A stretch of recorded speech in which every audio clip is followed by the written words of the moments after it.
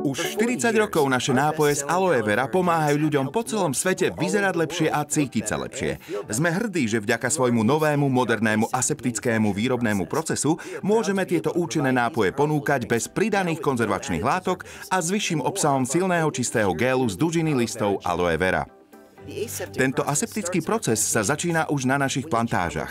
Keď rastliny dozrejú, spodné listy ručne oberieme a potom ich dôkladne vyčistíme a skontrolujeme. Do 6 hodín po zbere každý list ručne vyfiletujeme, aby sme v produktoch použili len čistý gel z dužiny aloe vera. Gel z dužiny potom putuje do našich nových, moderných aseptických strojov, kde ho rýchlo zohrejeme, aby sa zničili zlé baktérie a zachovala sa čerstvosť a úžasné výživové vlastnosti aloe vera. Pri tejto metóde sa v géli zachová o vyše 300% viac vitamínov. Po spracovaní gél z dužiny naplníme do prepravných vakov. Prepravné vaky s gélom z aloe vera putujú na baliacu linku Tetra Pak, kde gél prečerpáme do sterilných 75 000 litrových nádrží a zmiešame ho s ostatnými zložkami podľa receptúr jednotlivých produktov.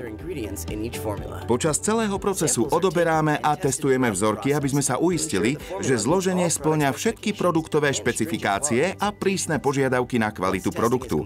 Po otestovaní hotový produkt druhýkrát rýchlo zohrejeme, aby sa zachovala jeho bohatá chuť a bola garantovaná jeho kvalita.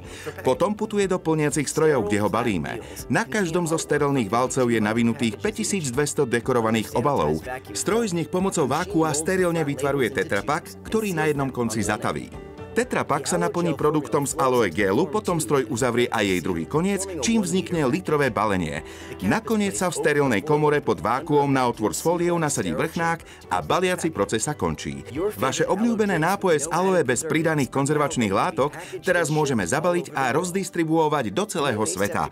Tento aseptický proces predstavuje najnovší pokrok vo výrobnej technológii a umožňuje forever priniesť vám silu aloe tak, ako to zamýšľala príroda.